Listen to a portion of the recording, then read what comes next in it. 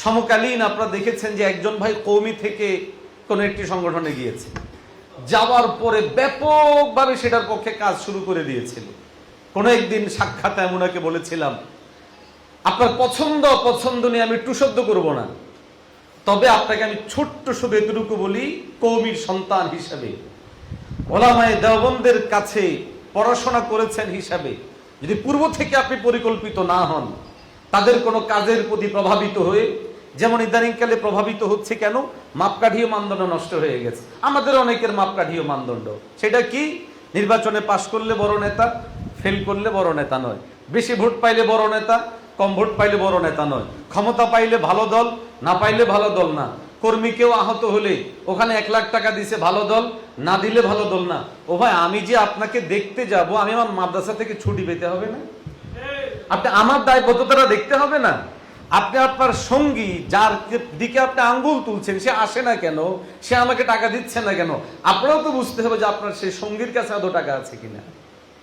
তানুনাকে বলেছি, ওলামায়ে হকের মহব্বত আপনার দিলে থাকে, ওলামায়ে হকের সামনে দরস নিয়ে যদি আপনি ইলমে দ্বীন হাসিল করে থাকেন, দ্বীন বুঝে থাকেন, আল্লাহকে সাক্ষী রেখে বলি, আপনি যে সংগঠনে নতুন ভাবে যুক্ত হয়েছেন, ওই সংগঠনের কাজকে সামনে রেখে যদি আপনার মনে হয় দ্বীন বিবেচনায় টাকা পয়সা বেশি হওয়া দ্বীন, পাশ ফেল হওয়া দ্বীন, ক্ষমতা অধিষ্ঠিত হয়ে যাওয়া দ্বীন, সেবামূলক প্রতিষ্ঠান গড়ে তোলা দ্বীন, যদি এগুলো দ্বীন না হয়, দ্বীন কি? আপনি যদি দ্বীন বুঝেন আর দ্বীন বিবেচনায় যদি ওই সংগঠন ইসলামী আন্দোলন বাংলাদেশ থেকেও অগ্রসর হয়, আমাকে দাওয়াত দেন, আমি আপনার হাতে বায়াত গ্রহণ করে ওই সংগঠনে যোগ দিব। আল্লাহর মেহেরবানি, সে এখন বেশ কিছুদিন থেকে ইনএক্টিভ। তার মানে সে আসলেও হক, হকের রক্ত তার শরীরে আছে, দিলের মধ্যে দরদ আছে, যার জন্য আমার এই শব্দ আমি বলেছি, হক মনে করেন। এই সংগঠনের মধ্যে দ্বীনের চাহিদা পূরণ, দ্বীনের চাহিদা বেগানা নারী,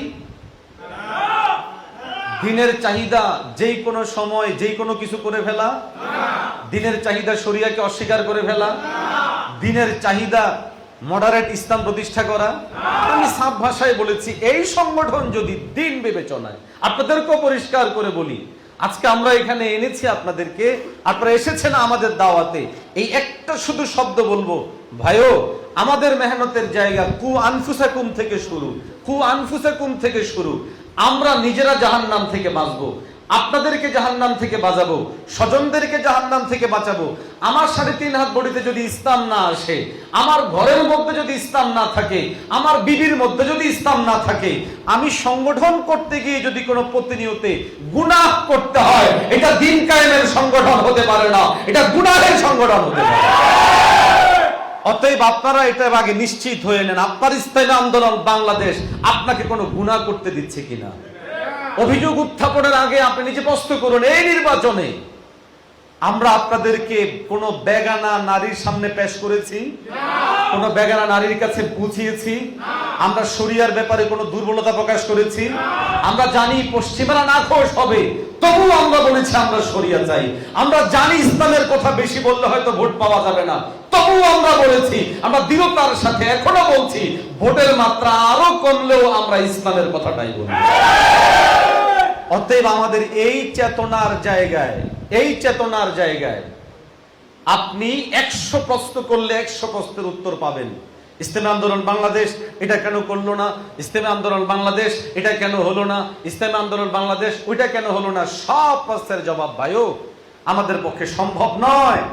আপনার মাকে, আপনার বোনকে, আপনার ছেলেকে বেগানা কারো সাথে হাজার হাজার মাইল সফর করানো।